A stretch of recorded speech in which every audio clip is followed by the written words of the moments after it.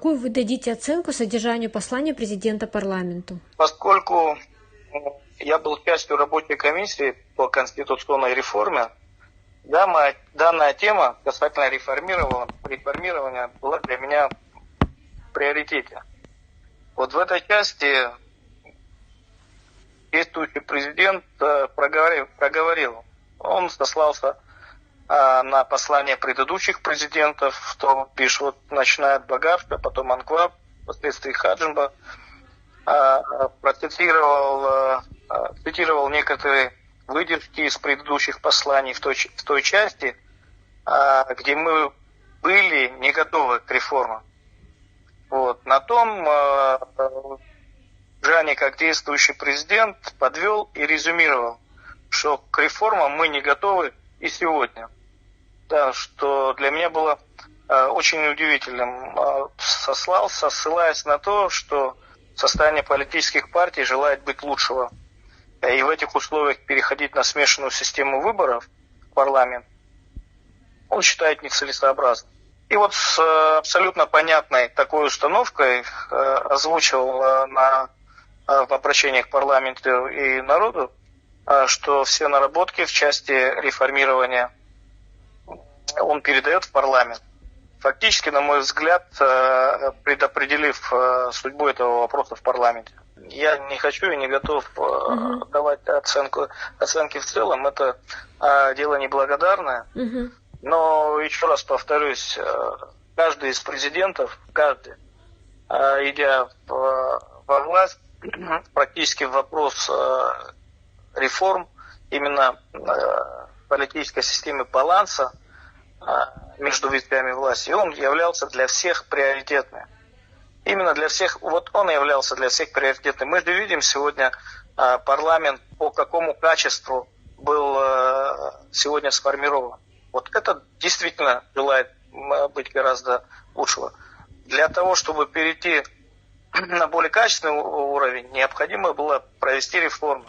Смешанная система как раз таки запускает вот эти процессы объединения политических партий с общей платформой. Она является непременным условием для развития партии.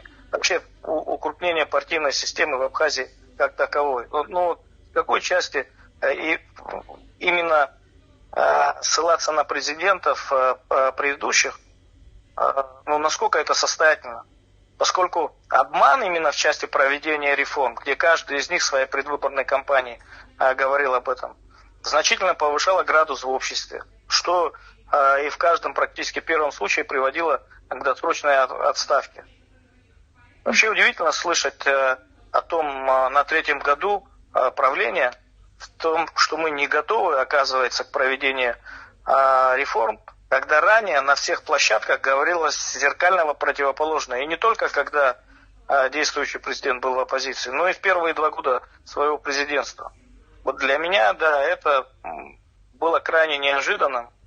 Я полагал, что по каким-то причинам там этот вопрос оттягивается для возможности сформировать свой абсолютно подконтрольный парламент для удобства взаимодействия, потому что люди, попадая в парламент, не готовы принимать законы, усложняющие их жизнь. Но считал, что как бы вот со следующим уже парламентом уже мы будем идти по новой смешанной системе.